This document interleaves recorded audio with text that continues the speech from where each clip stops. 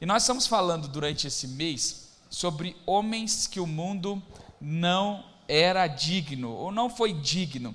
E nós estamos caminhando pela história de grandes homens de Deus. Nós passamos por Abel, por Enoque, nós passamos pela vida de Noé, passamos pela vida de Abraão. Agora, no último domingo, passamos por Abraão e Sara. Durante a semana, passamos por Abraão na entrega de Isaac.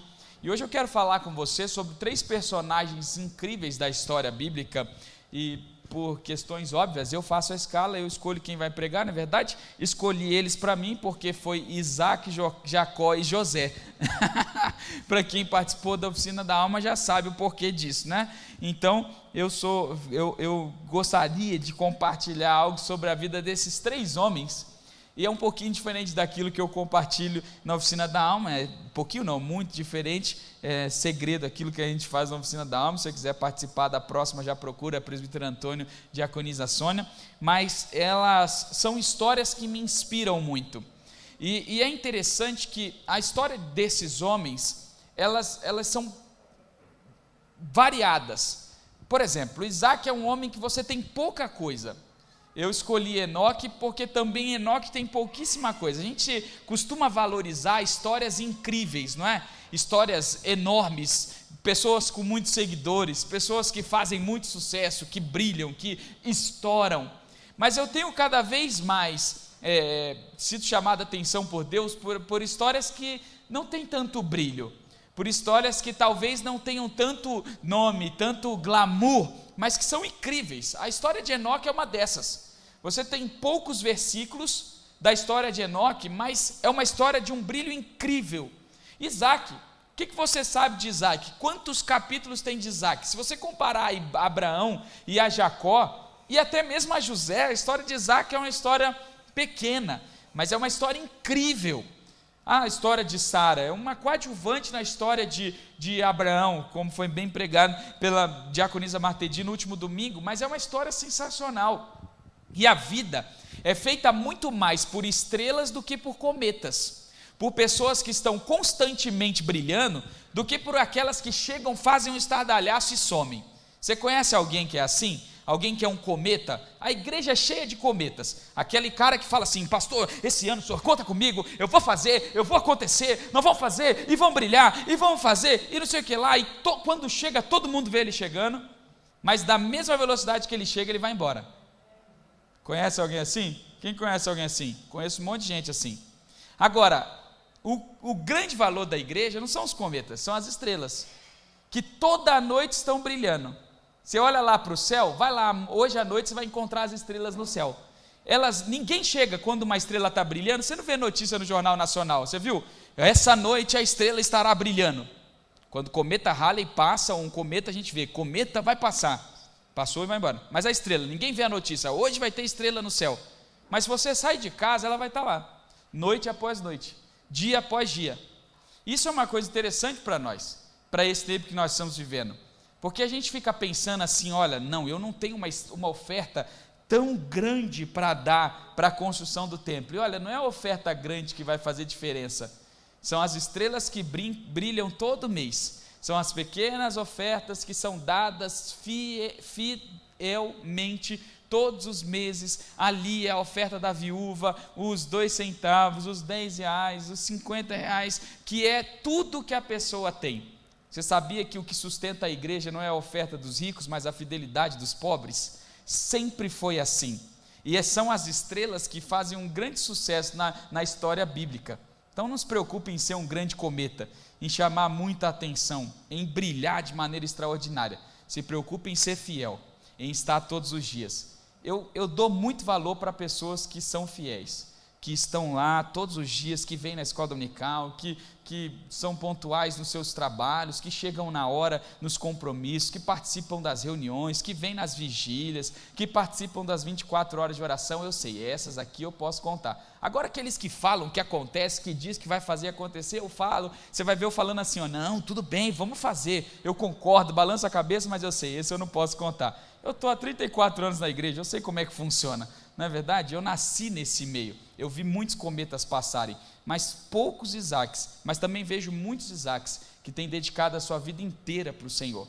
E é sobre essas histórias que eu quero falar com você, sobre histórias como essa. Então nós vamos ler o texto e eu quero compartilhar o que diz. Verso 20 diz assim, olha: pela fé, Isaque prometeu bênçãos para o futuro dos seus filhos, Jacó e Esaú. Pela fé, Jacó, prestes a morrer, abençoou cada um dos seus filhos, cada um dos filhos de José, e se curvou para adorar, apoiado em seu cajado. Pela fé, no fim da vida, Josué, no fim da vida, declarou com toda a confiança que os israelitas deixaram o Egito e deu ordens para que cuidassem dos seus ossos. Eu não sei se você percebeu algo em comum entre esses três homens e o que foi destacado pelo autor de Hebreus. Muito obrigado. Todos os três homens, a história de destaque deles não é no começo, não é no meio, mas é no fim dela. E Jacó, o destaque da fé de Jacó aqui, primeiro de Isaque aqui, é no fim da sua vida, quando ele abençoa Jacó e Esaú. O destaque da vida de Jacó é no fim da vida, quando ele abençoa os filhos de José, Emaús e Manassés. Efraim, obrigado, e Manassés. E no fim da vida, o destaque de José é quando ele profetiza algo. Ele diz: olha, vocês vão sair dessa terra, e no fim dessa vida, no fim da minha vida, quando vocês saírem, levem, não se esqueçam de mim. Você percebe que eles não destacaram o começo, ele não destacou a fé no meio, ele destacou a fé no fim da vida. Por que será? O que há de tão extraordinário em uma fé de fim de vida que não há no começo e no meio? Porque exatamente no fim da vida, a gente já tem alguma sabedoria, a gente já passou por algumas lutas, a gente já passou por algumas vitórias e algumas derrotas, e no fim da vida a gente sabe em que confiar, não é verdade? A gente realmente sabe aonde está a nossa força, aonde está o nosso braço, aonde a gente pode contar. Eu não estou no fim da minha vida, nem no fim do meu ministério. Na verdade, o que eu tenho de vida é o que eu tenho para frente de ministério. Então se acostuma, me ama, gosta de mim, porque eu tenho mais 35 anos pelo menos de pastor, e eu vou fazer ainda 35 de vida. Mas eu nesses 35 anos, especialmente nesses 10 anos de pastor, eu tenho aprendido muita coisa com Deus, muita coisa mesmo com Deus. Por exemplo, compartilhei ontem com o pessoal, para quem me conhece há algum tempo, né, eu sempre fui muito animado, agitado, e a minha agitação, e meu ânimo, a minha motivação me fez em muito tempo confiar na minha capacidade, na força do meu braço, porque eu estudei, porque eu nasci num lar cristão, porque eu tirei notas boas. Eu nunca tirei nota vermelha na escola, nem na faculdade, mesmo fazendo 2 faculdades, então eu me julgava inteligente, capaz, e aí eu fui descobrindo na vida comum que isso tudo não valia de nada, os 10 que eu tirei na escola. Lá quando eu fui ser pastor de 5 pessoas, a minha teologia, a minha pós-graduação, o meu mestrado não adiantava nada. E era na vida, e eu comecei a descobrir, eu percebi que a minha força, as coisas que eu era capaz de fazer, não ganhavam uma alma para Jesus, não abriam uma porta de um emprego para um irmão da igreja, não abençoava a vida dos meus irmãos, ninguém. E eu já fazia vigília toda sexta, lá já fazia jejum, mas eu achava realmente que era a minha capacidade. Cada sexta-feira de vigília, cada dia de jejum, eu fui descobrindo que, na verdade, nunca era a minha capacidade, e sempre era o Deus em que eu confiava. Eu comecei a perceber uma capacidade incrível na bênção de Deus. Eu lembro como se fosse hoje, numa sexta-feira, eu estava lá em São José e ninguém vinha dificilmente as pessoas apareciam na igreja. Numa sexta-feira de viagem, de vigília, eu falei: vai todo mundo embora. Todo mundo, eram 5 pessoas. Não que isso faça muita diferença, né? Porque hoje a gente tem 300 e continua 5 pessoas nas vigílias, mas lá eu só tinha 5. Então, lá estava 5 pessoas na vigília. Eu falei: pessoal, vai embora, vai embora. E eu fiquei lá dentro, da igreja e eu falei: Senhor, eu não escolhi ser pastor. Já depois de algumas horas brigando com Deus, né? Eu não escolhi ser pastor, eu não escolhi ser filho de pastor, eu não escolhi vir para cá, nem um pouquinho. Eu estava muito bem onde eu estava, trabalhando, ganhando dinheiro, igreja crescendo. Eu não escolhi nascer nesse ambiente. Foi o Senhor que fez isso. Tudo foi o Senhor. Agora, se foi o Senhor que me trouxe para esse lugar, foi o Senhor que me escolheu, foi o Senhor que me fez pastor, foi o Senhor que me abençoou, foi o Senhor que ouviu a oração da minha avó, porque nem do meu pai foi da minha avó. Então, Senhor, por favor, faz alguma coisa. Foi essa oração, simples desse jeito que eu estou te falando, foi a oração que eu fiz. E alguma coisa aconteceu naquele dia. A porta se abriu de maneira extraordinária, que nunca mais eu tive um culto sem receber um amigo do coração. E naquele ano eu recebi gente na igreja todos os domingos. Todo domingo eu fui recepção de membro, por batismo ou por reconciliação, adesão, outra coisa. Eu saí de 5 para 150 em um ano, assim, bum, acordei no último domingo do ano, na virada, com 150, nomeando 50 líderes. Desse jeito, como num sopro. E eu entendi que, na verdade, não era a minha vida, mas uma bênção que foi proferida lá atrás, pelos meus bisavós. Meu bisavô já era cristão, presbítero da igreja. Pela minha avó, pelos meus avós, meu avô, pai da minha mãe, minha avó, mãe do meu pai, já eram membros, minha avó diaconisa, meu avô diácono da igreja. Pelos meus pais, pastores, que alcançou a minha vida. E que naquele dia eu chamei a existência essa bênção, uma palavra que foi proferida pelos meus avós, uma palavra que foi proferida pelos meus pais, e que eu assumi na minha vida, e que você já me ouviu dizendo. Eu falo hoje assim, você já me ouviu falando isso aqui: olha, pode pedir oração para mim, porque alguém um dia liberou uma palavra sobre a minha vida. Ele disse assim: você vai ser Samuel. Samuel significa o Deus que ouve oração. Talvez, o meu pai fez isso porque quis, porque Deus ouviu a oração dele. Talvez quando meu pai falou assim: olha, eu vou colocar o seu nome de Samuel, porque Deus ouviu a minha oração, ele estava pensando nele. Mas a partir desse momento, todo mundo, quando me chama, ele não fala: lá vai o pastor Samuel, ele fala: lá vai o pastor que Deus ouviu a oração. Você está vendo por que eu gosto de oração? Você está vendo por que eu falo 24 horas de oração? Você está vendo por que eu oro no meio dos cultos? Você está vendo por que eu faço reunião de oração? Porque alguém um dia, sem saber ou sabendo, falou assim: o seu nome é o Deus que ouve oração. Então você fala: pastor, ora por mim. Você está falando: pastor que Deus ouve oração, ora por mim. Alguém liberou uma palavra e isso dá certo. Alguém declarou uma bênção e isso dá certo. E olha exatamente isso que o autor de Hebreus está falando aqui. Ele está falando o seguinte: olha, gente, prestem atenção. Os homens que não são dignos desse mundo, eles conseguiram descobrir um segredo extraordinário, uma bênção, um poder extraordinário, que se chama bênção. Um poder extraordinário que se chama abençoar as pessoas. Um poder extraordinário que se chama liberar palavras de bênção. Sabe por que o pastor odeia a Globo? Porque na Globo, você liga a Globo, você vai ouvir maldição o dia inteiro. O dia inteiro. Do começo ao fim. Na hora que você quiser. Até no jogo de futebol você vai ver maldição. Se o jogador é queridinho do narrador e ele chutou para o gol errado, ele vai falar: Se o narrador não é queridinho, se o jogador não é queridinho do narrador, ele vai falar: chutou de novo para fora. É a 15ª vez que ele chuta para fora. Ele já errou 52 pênaltis. Pode ver, porque a comunicação é algo que eu tenho controle. Eu tenho controle sobre o que eu falo. E a gente fala de qualquer jeito, mas aí no mundo as pessoas não falam de qualquer jeito. Tem um monte de gente ganhando dinheiro aí com técnica. Essa semana alguém mandou para mim, me desculpa quem foi. Alguém me mandou. Não lembro, Márcio. Viu, pastor, esse cara aqui citou o provérbio no treinamento dele, falando sobre riqueza. Um cara aí de um site, um coach de riqueza.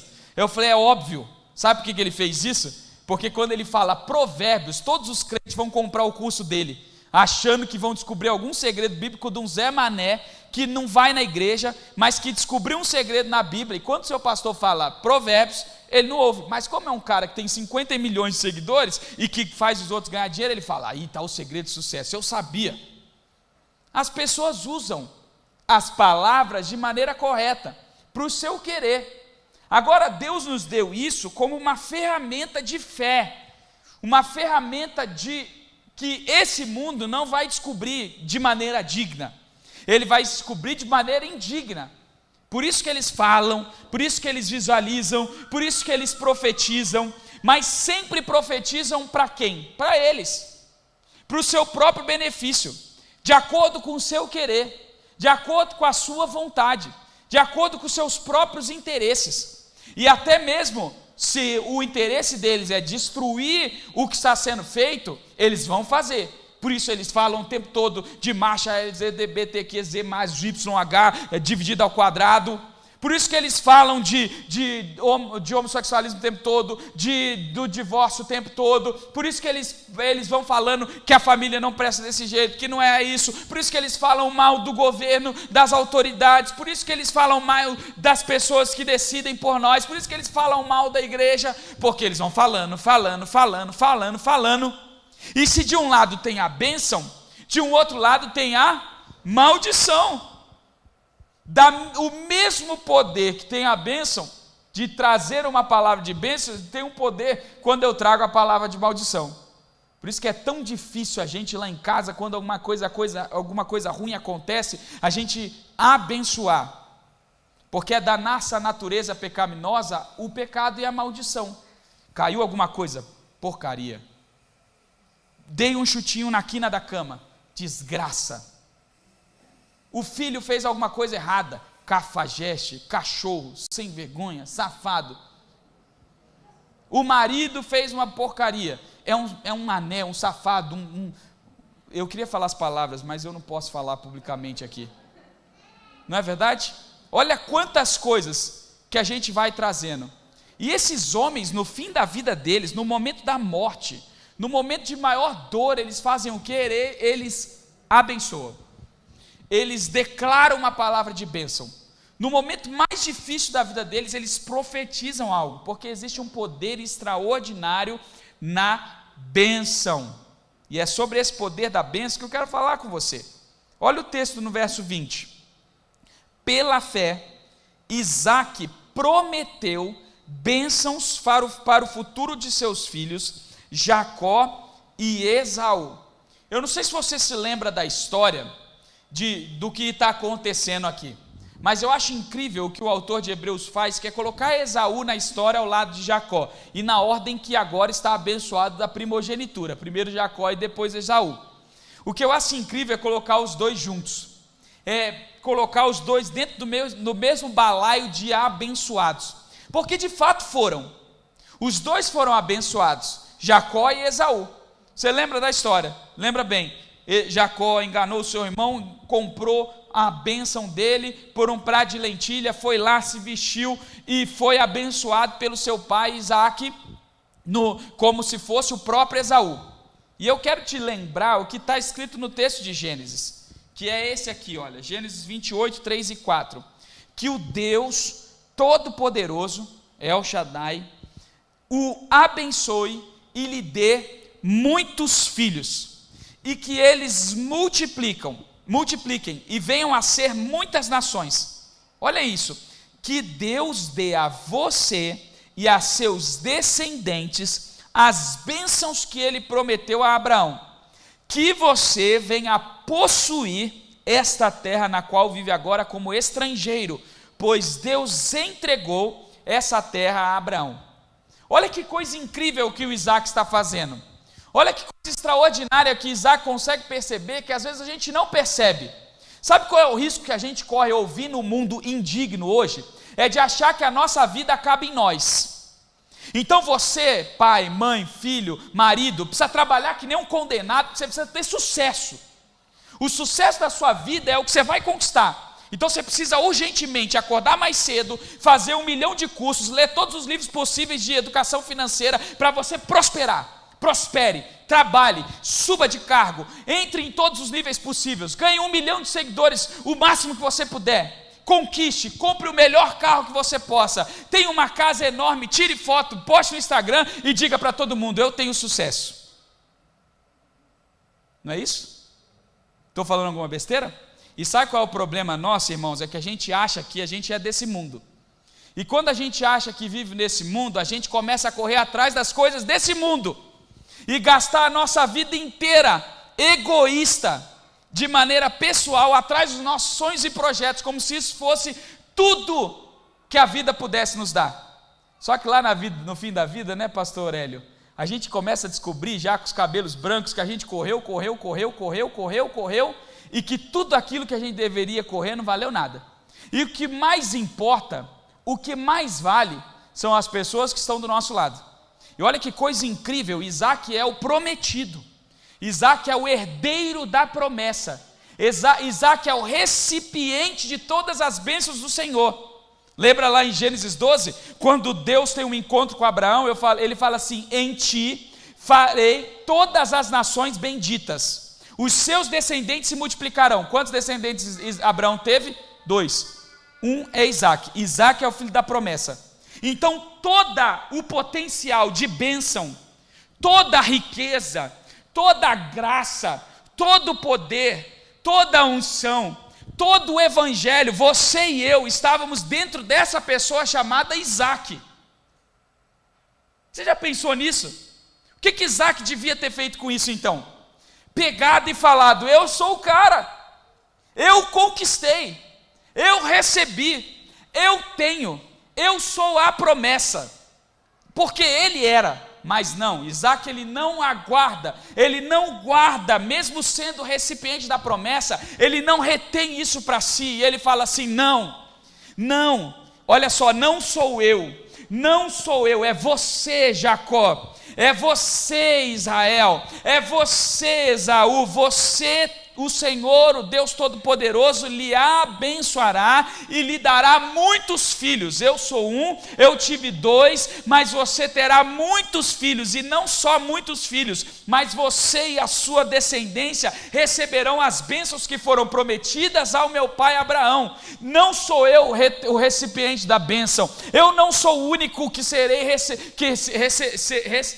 abençoado, por isso que o Senhor Deus deu a Abraão. Não, eu não vou reter, eu não vou segurar, eu não vou fazer a minha vida o fim de todas as coisas, mas eu vou expandir aquilo que Deus colocou em mim, para que todos aqueles que vierem a partir de mim sejam abençoados. Deixa eu te dizer algo, meu irmão, você não é o fim da bênção, você não é o fim de todas as coisas. Deixa eu te dizer algo que esse mundo indigno não vai te dizer: não é a sua vida, você não é a única pessoa. Deixa eu dizer o que alguns pastores não vão te dizer, inclusive aquele da cadeirinha com o microfone: você não é o centro da atenção de Deus, você não é o centro de todas as coisas. Quando Deus te escolheu, quando Deus te chamou, quando Deus te fez pai, quando Deus foi atrás de você, Ele não pensou em você apenas, Ele pensou em você, Ele pensou nos teus filhos, Ele pensou nos teus netos, Ele pensou nos teus bisnetos, Ele pensou nos teus tataranetos. Não é você, mas é toda a sua família. Se Abraão e Isaac tivessem pensado nisso, nós não estaríamos aqui. Mas eles entenderam pela fé que eles não eram os receptores da bênção, e eles falaram assim: não é só para mim, é para mim, para os meus filhos, para os meus netos, a ponto de no fim da vida Isaac dizer: agora não sou eu mais, agora é você. É você, meu filho, é os seus netos, vocês possuirão. Nós estamos aqui passeando, nós somos estrangeiros nessa terra, mas vocês serão abençoados por tudo aquilo que Deus falou a Abraão. Sabe que a gente às vezes se preocupa, não é verdade, com o futuro da nossa família, mas é simples experimentar no futuro tudo aquilo que Deus colocou em nós. É só repartir e entender que o que Deus está fazendo na nossa vida não é para nós, é para nós e para a nossa descendência. Quando eu construo aqui uma igreja, eu sei que quem mais vai sacrificar vai ser eu, o pastor dessa igreja, mas eu não estou construindo isso para mim, eu não estou construindo isso para você, eu estou construindo isso para as minhas filhas, para os meus netos, para os meus bisnetos, para os meus tataranetos, para os seus filhos, para os seus netos, para os seus bisnetos, para os seus tataranetos. Talvez eu não desfrute de tudo aquilo que Deus tem. Desfrute um pouquinho, espero desfrutar um pouquinho, mas os meus netos, os meus bisnetos, meus tataranetos vão desfrutar da bênção do Senhor que um dia Ele prometeu sobre mim. Foi isso que eu entendi lá naquele dia, lá no culto, lá na vigília em São José. Eu pensei, rapaz, olha só, na verdade o que Deus está fazendo aqui não é fruto da minha oração, é fruto da oração da minha avó. E o dia que eu descobri isso e chamei essa bênção da minha avó, eu recebi aquele prometido pelo Senhor que era para ela, que talvez ela não tenha visto, mas que eu recebi porque ela se doou para que nós pudéssemos receber. Sabe, tem muita coisa que Deus está começando a fazer na sua vida hoje, que na verdade quem vai colher são seus filhos. Tem muita coisa hoje que Deus está fazendo hoje na sua família, que quem vai colher são seus netos. Tem muita coisa hoje que Deus está fazendo na sua vida, que quem vai experimentar são os seus bisnetos. Por isso que a gente tem que ser sincero, fazer as coisas certas, não dever nada a ninguém, não fazer nada errado. Porque na verdade o nosso grande recipiente de bênção não somos nós. Um cara que precisa de conquistar, ele vai fazer qualquer coisa para conquistar. Inclusive coisas erradas, mas ele vai conquistar, mas a sua família vai ser derrotada, porque tudo aquilo que os pais fazem no oculto, os filhos fazem no público. Tudo aquilo que você, papai e mamãe, faz no oculto, seu filho vai fazer no público. Você vê pornografia no oculto, seu filho vai trair a esposa no público. Você rouba dinheiro no oculto, ninguém descobrir, seu filho vai ser um ladrão público. E não estou falando aqui amaldiçoando seu filho, não. Isso são consequências dos pecados que nós cometemos. Davi achou que tinha feito tudo certo, o plano de Davi era perfeito. Ele pegou a esposa do amigo, ninguém descobriu. Um caso de incesto na família. Um irmão pegou a irmã. Um caso de rebeldia, o filho dele quis tomar o trono dele. A casa de Davi era um caos. O Salmo 131, que os crentes gostam de falar, ó, quão bom e quão suave que os irmãos vivem, é num minuto de paz que Davi teve no meio daquela confusão e falou, meu Deus, olha como é bom e suave que os irmãos vivem em comunhão. Foi nesse minuto de paz que ele escreveu, porque o resto era os outros salmos tudo. É sério. Davi falou, deu tudo certo. Deu não, amigo. Está o caos estabelecido. Não viu a concretização do seu sonho. O filho teve que construir aquilo que ele deveria ter feito. Não se engane, irmão. Aquilo que a gente faz no culto, os nossos filhos colhem no público. Ah, meu filho, eu ensinei, eu trouxe na igreja. Dá uma olhadinha para o seu oculto aí. Dá uma olhadinha para o seu secreto. Por isso que a gente precisa entender que nós não somos recipientes da promessa, mas que nós somos distribuidores daquilo que Deus tem dado a nós. Quando eu faço melhor para minha esposa, eu não estou fazendo para ela, estou fazendo para as minhas filhas. Eu não quero que elas tenham um homem pior do que eu já sou bem ruinzinho, elas precisam ter um homem melhor do que eu. Então preciso ser um pai melhor, porque eu entendo que elas serão a concretização daquela promessa que Deus fez para mim. Olha a sequência do texto, verso 21. O legal de pregar, irmão, é que você prepara um negócio e prega outra coisa. Glória a Deus por isso. Depois eu dou o esboço com as outras coisas que eu escrevi. Jacó, pela fé, prestes a morrer, abençoou cada um dos filhos de José e se curvou para adorar, apoiado em seu cajado. Quando a gente lê esse texto despretensiosamente, a gente acha que não tem nada de extraordinário. Mas se a gente olhar a história, e você sabe bem, porque você está aqui na igreja, se não sabe, eu quero te lembrar, você que é novo, está participando com a gente pela primeira vez, José é o 11º filho de Jacó. Ele não é o primogênito. ele não tem direito de primogenitura. Ele é o primogênito da mulher amada, da Raquel, mas ele não é o primogênito de todos.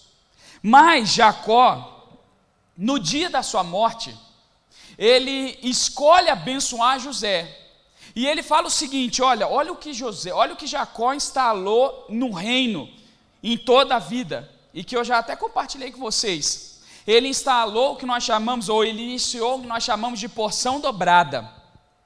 O filho mais velho recebendo uma porção dobrada daquilo que era destinado a todos os outros filhos. Então, ao invés de dividir a herança em 12 partes, Jacó dividiu a herança em 13 partes. Só para você ter uma ideia, nós somos abençoados pela 13ª parte da herança de Deus. Os 12 apóstolos, tirou um, Judas, entrou outro, lembra desse? Qual que entrou no lugar de Judas mesmo? Matias. E aí nós temos um 13º apóstolo. Por causa da porção dobrada, nós somos abençoados, que é Paulo. Senão nós não tínhamos apóstolo. Por isso que não existe mais apóstolo. Porque se me provar que existe mais tribo, eu aceito qualquer outro apóstolo. Mas como não tem mais tribo, é difícil ter outro apóstolo por causa da numerologia e das equivalências bíblicas, entre outras coisas. Mas está aqui, vamos lá. Olha o que Jacó fez. Ele pega Efraim e Manassés. Eu não sei porque eu falei Emaús, mas no caminho de Emaús está tudo bem. Ele pega Efraim e Manassés e ele abençoa os dois. Ele fala assim: olha, para você, José, eu não vou dar a mesma bênção. Eu vou abençoar seus dois filhos. A partir de hoje eles se tornam tribos de Israel. E ele vai além. Ele faz a mesma coisa que o seu pai fez com ele. Ele inverte as mãos e ele abençoa mais Efraim do que a Manassés. Ele faz de Efraim o primogênito. Lembra disso? José tenta puxar a mão, colocar a mão de Jacó sobre Manassés para que ele seja o primogênito. Ele fala: não, o que eu fiz está feito. É isso. Ele será abençoado. Ele é o primogênito. Mas olha o que ele fala no verso de número 6 de Gênesis 48. Os filhos que você tiver deles, porém, serão seus e herdarão propriedades dentro do território deles.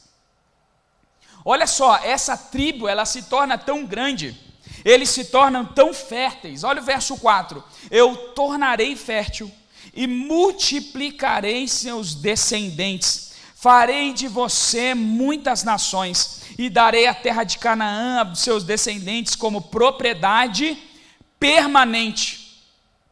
Olha o que Jacó faz. Jacó, ele não apenas recebe a bênção do seu pai, como ele amplia a bênção.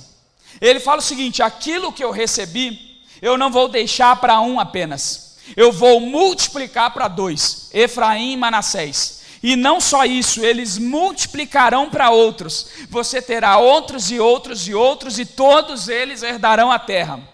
Chegou um tempo na história de Israel que Efraim era tão grande que eles eram chamados de Israel. Não era chamado de Israel, era chamado de Efraim.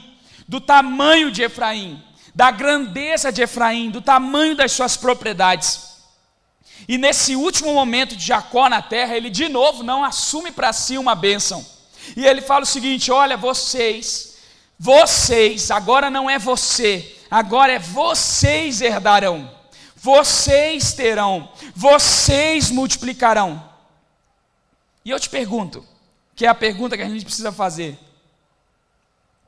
o que será que Jacó viu em Efraim que fez ele multiplicar a bênção sobre Efraim e Manassés? O que será que Jacó enxergou que os outros não enxergaram? O que será que Jacó, pela fé, entendeu que outras pessoas não viram? Meu irmão, a bênção de Deus para nós, quando nós abençoamos alguém, e a bênção de Deus para nós não é um ato de uma porção natural. Ninguém abençoa uma criança, um filho, um adolescente que você não sabe um futuro enxergando coisas naturais. Você precisa olhar de maneira espiritual para aquilo que o seu natural não enxerga. José olhou natural e ele fez: pai, vamos descruzar esses braços aqui, Mas Jacó olhou de maneira sobrenatural e falou: olha, eu estou enxergando algo em Efraim que você não está enxergando. Meu irmão, enquanto você olhar para a sua descendência, para a sua vida, para o seu futuro de maneira natural, os seus braços estarão comuns. E a bênção será uma bênção de olhos naturais. Mas quando você enxerga pela fé aquilo que o mundo digno não enxerga, você cruza os braços e abençoa como Deus abençoaria a sua descendência. Quando você olha o seu filho como ele está hoje, você nunca vai profetizar um futuro para ele, porque você olha na condição, você recebe a nota e você fala: esse moleque não estuda. Quando você olha para a sua família, para o seu caso hoje, para as suas finanças hoje, você olha com os seus olhos naturais, você nunca vê o futuro, você sempre vê o presente, porque você está vendo a dívida, você está vendo o problema, você está vendo a luta no casamento, você está vendo o divórcio, você está vendo a desgraça, você está vendo o vício, e aí você não é capaz de cruzar os braços para profetizar. Por isso, o que Jacó faz de tão extraordinário, que é o que nós fazemos hoje, é enxergar pela fé o futuro e não profetizar pelo que os olhos naturais veem, mas profetizar por aquilo que ele espera ver em Cristo Jesus. Não sei se você está entendendo, mas você está vendo algo que Deus não está vendo. E quando você deixar de olhar aquilo que você está vendo e passar a olhar aquilo que Deus está vendo, você profetiza não apenas o que é de direito aos seus filhos, à sua descendência, ao seu marido, ao seu casamento e etc., mas você enxerga além e profetiza aquilo que Deus vê nele, todo o potencial dele. O que Jacó viu que José não viu foi o potencial que Efraim teria de se tornar a maior nação. Ele enxergou a maior nação, ele enxergou o maior território. José olhou naturalmente, Jacó olhou espiritualmente. Ele fala assim: José, deixa eu fazer, porque o que eu vejo você não está vendo. Esse aqui será maior, e eu profetizo, você vai ser maior, sua descendência será grande, você será extraordinário, e ponto. Talvez você olhe para a sua condição hoje como Efraim, né? Um menino pequenininho que está do lado do grandão forte. Um menino pequenininho que está do lado de um grande potente. E você pensa assim: eu vou dar tudo para esse. A sua condição não mostra a grandeza do Efraim. Mas não é a sua condição que precisa ver a grandeza de Efraim. Não são os seus olhos que precisam ver a grandeza da sua bênção. Não é os seus olhos que tem que ver a solução dos seus problemas. É Deus que precisa enxergar isso. E se Deus enxergar isso, profetiza, porque vai dar certo. Ponto. Agora olha a dignidade humana. Por que são homens que o mundo não era digno?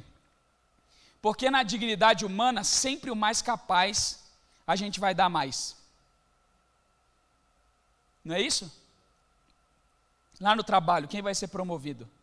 É quem tem mais capacidade.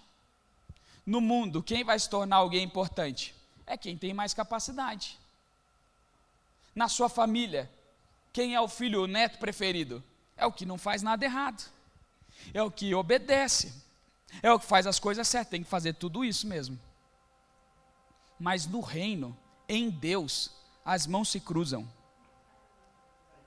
A capacidade não vale, não é de um maior valor.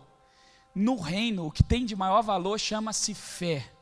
Talvez você olhe para o filho hoje, para a condição da sua vida hoje, com um Efraim fraco, cheio de problemas, sem solução. Cruza os braços, enxerga pela fé e abençoa, porque para ele não precisa de capacidade.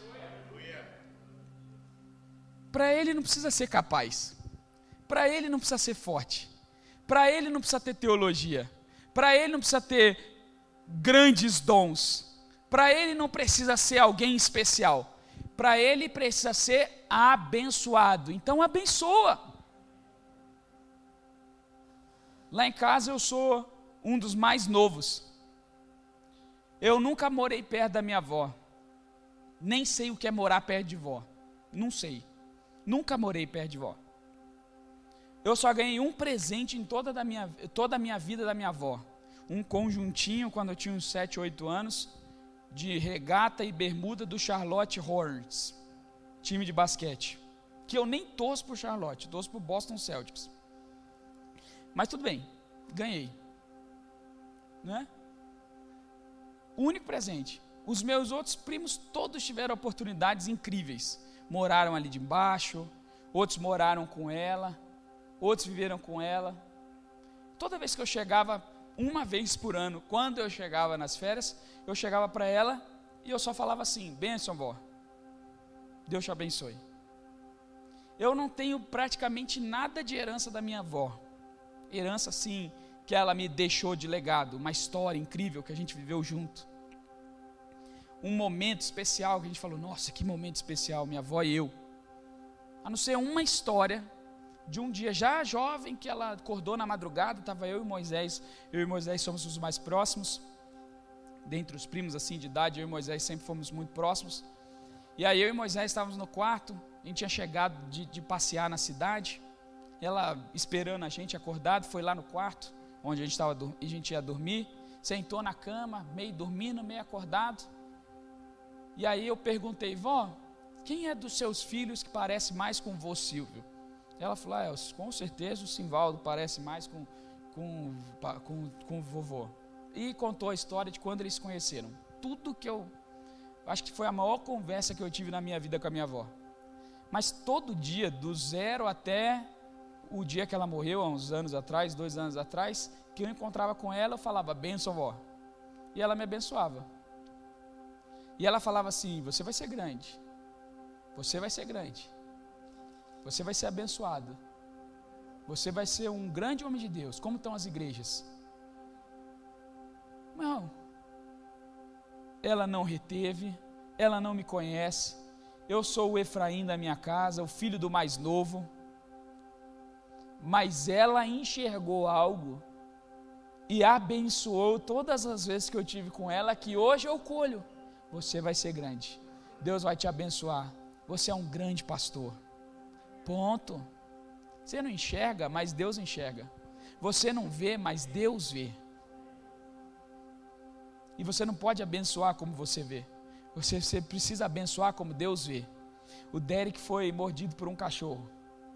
Na hora que eu liguei para o Eric, eu falei: Davi. A partir de hoje eu vou chamar ele de Davi. Derek Davi. Lá no meio do deserto, lutou com um urso e com um cachorro. Deus está forjando um rei. Meu irmão, um cachorro mordeu, o cachorro é mau, está no hospital. Não vamos fazer disso uma maldição, não. Vamos profetizar uma história incrível agora. Cheguei na casa e falei: e aí, Davi, como é que você está? Deus viu lá Davi matando o urso e o leão no meio. Depois ele foi derrotar o Golias. E Deus está fazendo você, Derek, um Davi. Tem gente que acha que para abençoar precisa Deus falar no ouvido assim: pastor Samuel, ouve agora e abençoa o Derek, fala que ele vai ser Davi. Não, sou eu responsável, não preciso de Deus falar, eu já sei. Eu é que sou responsável pela bênção. Deixa eu seguir, senão eu não vou terminar. 22. Pela fé, José, no fim da vida, declarou com toda a confiança que os israelitas deixariam o Egito e deu ordens para que cuidassem dos seus ossos. Olha que coisa incrível. José era quem nesse momento? Governador, podre de rico, famoso nas mídias sociais, braço direito do faraó, com uma mansão incrível, porque ele era, imagina, foi reconhecido, agora volta, rapaz, tudo que você fez é incrível, vamos dar aqui um lugar. Quem é o faraó em sã consciência que não vai querer ter José do lado dele? Nenhum. José tem tudo de bom e do melhor do Egito, e não só ele, como toda a sua família por causa dele. Mas José não se conteve com isso. José não esqueceu-se da promessa. As riquezas, os bens, a fama, o progresso, as portas que se abriram, não tiraram os olhos de José da promessa. Ele não aceitou a condição, a fama, a riqueza, mas enxergou a concretização da promessa e profetizou isso. Ele tinha tudo para chegar ali no final e falar: gente, ó, nós estamos bem, vamos ficar aqui para sempre, esse lugar é bacana, lá não tem nada, o deserto pegou, fica aqui, eu vou garantir, vou fazer uma lei que vai garantir para todos os meus filhos, netos e descendência, que eles tenham paz no Egito. Podia fazer ou não podia? Podia, mas ele falou: não, gente, não é aqui. Com ouro, prata, bronze, casa de 3 andares, hotel, dinheiro, fama, não é aqui. Não é aqui. Não é aqui. Quando chegar o dia, e vai chegar, levem os meus ossos. Eu não quero essa terra. Não é minha terra. Lá é o meu lugar. E olha, durante todo o resto, a sequência da vida, a descendência olhava para os ossos de José e pensava: não é o nosso lugar aqui, não é o nosso lugar aqui, não é o nosso lugar aqui. Ele fez daquilo um memorial, ele fez dos seus ossos, da sua morte, uma promessa para o povo de Israel, a ponto de Moisés, lá no Êxodo 13:19, pegar os ossos de Moisés, e ele mesmo, o próprio Moisés, levar consigo os ossos de José, falar o seguinte: olha, eu vou libertar o povo do Egito, eu nasci nesse lugar, eu sou filho desse povo, eu nasci eu sou filho da filha de Faraó, mas eu não vou ficar aqui, não é o meu lugar, não é a minha terra, não é a minha promessa. E eu sei disso, sabe por quê? Porque todo dia de manhã eu vou num túmulo de um homem chamado José, um como os meus, o meu pai, um pai na fé, e lá está escrito: não esqueçam de mim, esse não é o nosso lugar. Meu irmão, a nossa vida precisa ser um memorial para os nossos descendentes, para o nosso futuro, de que nós cremos em algo maior, de que existe algo superior àquilo que vivemos aqui. O maior memorial que eu deixo para as minhas filhas, e que você pode deixar para os seus filhos, para a sua descendência, não é uma grande empresa, não é uma riqueza incrível, não é um terreno fértil, não é uma casa de 50 andares, mas é joelho no chão, mas é culto, escola bíblica dominical, são orações feitas de madrugadas em que ele acorda e te vê, é a palavra de Deus sendo transmitida de geração por geração, é o ensino do caráter, é o ensino da presença, são lágrimas deixadas aos pés do Senhor.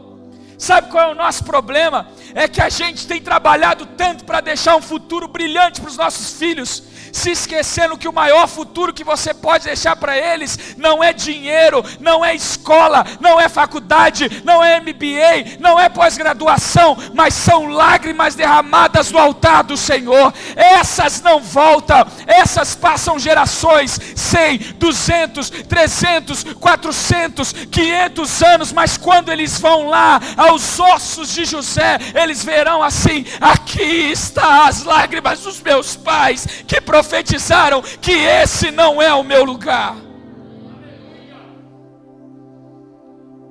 Não caia na dignidade desse mundo, não corra pela dignidade desse mundo, não viva pela dignidade desse mundo. Estabeleça hoje um memorial de promessa para a sua descendência. Vai vir a luta, vai vir o deserto, vai vir a perseguição, vai levantar-se um faraó que não conhece a José, mas o Deus da promessa vai concretizar a promessa e a profecia dita por ele. Olha, virá um tempo ruim, virão tempos difíceis, virão tempos ruins, mas eu lembro da promessa que foi dada ao vovô, ao bisavô, ao papai, de que esse não é o nosso lugar, existe uma terra prometida para mim. Eu cresci na igreja com gente falando assim: olha, eu sempre quis ser pastor, nunca tive dúvida disso, e ouvi dos bispos. Quando era pequeno, meu pai me levava no concílio e me fazia cumprimentar um por um. Esse é o bispo Gessé, pede a bênção, bênção bispo Gessé. Esse é o bispo Nilson, esse é o bispo Calegari. E eu cresci nesse ambiente. E eles perguntavam: o que você vai ser quando crescer? E eu falava: eu vou ser pastor. E eles falavam assim: olha, no seu tempo, o evangelho vai ser muito difícil. Que Deus te abençoe. Eles estavam certos.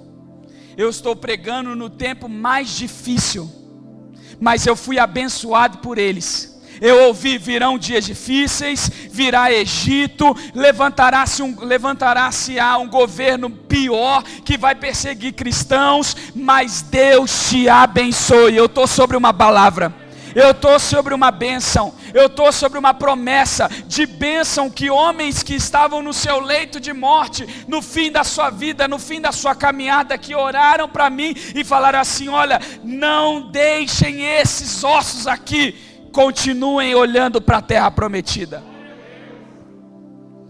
Meu irmão, meu amigo, a bênção que Deus tem para você não é riqueza. Tudo isso é bom, tudo isso é maravilhoso, é incrível, mas não se compara a um futuro aos pés do Senhor que você pode dar para os seus filhos.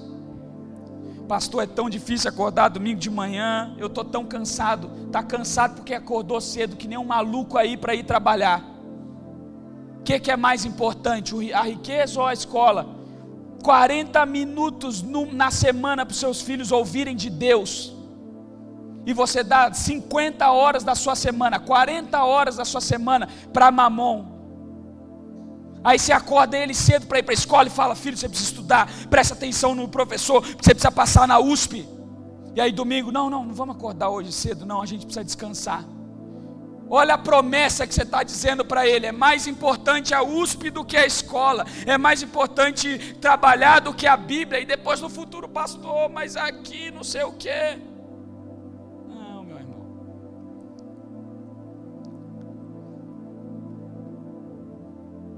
Existe uma coisa muito melhor do que dinheiro. Existe uma terra muito maior do que as riquezas. José era o segundo no reino. Na hierarquia do reino ele só obedecia a Faraó e mandava em todo mundo. Mas ele falou assim: tudo isso aqui é lixo perto da promessa de Deus, me levem para a terra prometida.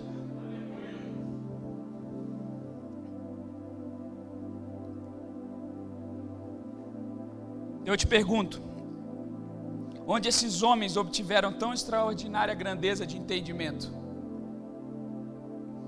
Onde esses homens conseguiram perceber? O que eles conseguiram enxergar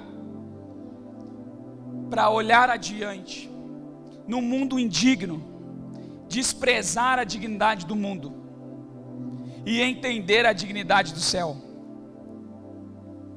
O que eles conseguiram enxergar que eles não deram valor a coisas desse mundo e olharam para a terra prometida e olharam para o céu? Onde eles estavam? Homens que o mundo não era digno.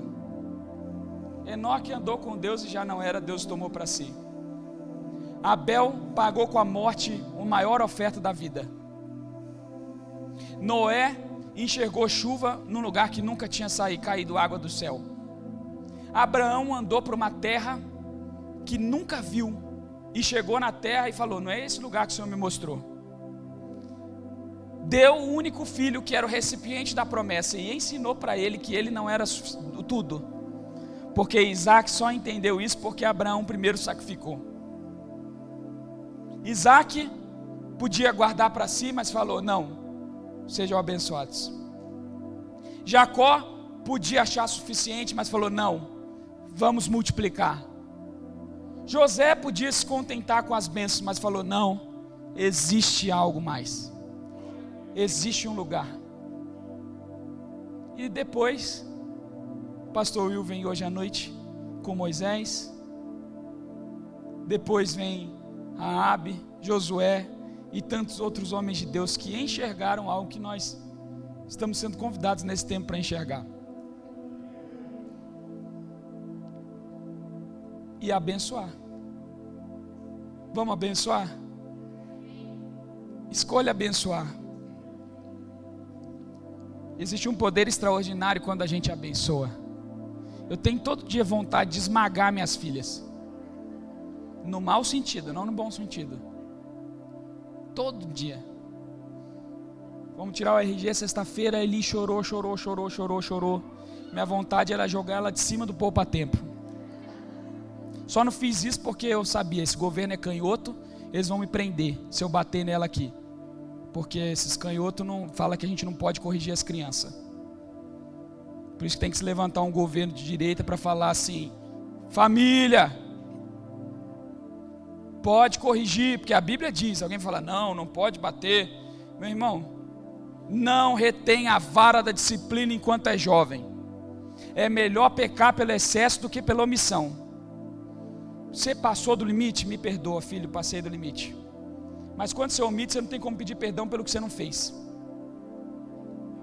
Eu nunca vi alguém que passou dos limites e se arrependeu, perdeu o filho. Mas eu já vi vários que nunca corrigiram se arrepender porque perderam os filhos. Aí eu fiquei com aquilo, né? Domingo aconteceu, né, Evode? Mandei para Evode. A Estepa fez uma coisa errada, na hora falei, tu manda um áudio para Evode, pede perdão. Ela, me perdoa, tia Evode, eu errei, eu te amo. Ponto. Aí eu fiquei doido para jogar ela lá de cima do poupa-tempo. Entrei no carro, levamos para a escolinha, fomos embora, voltamos para casa. E eu fiquei pensando, né? 2 anos de idade.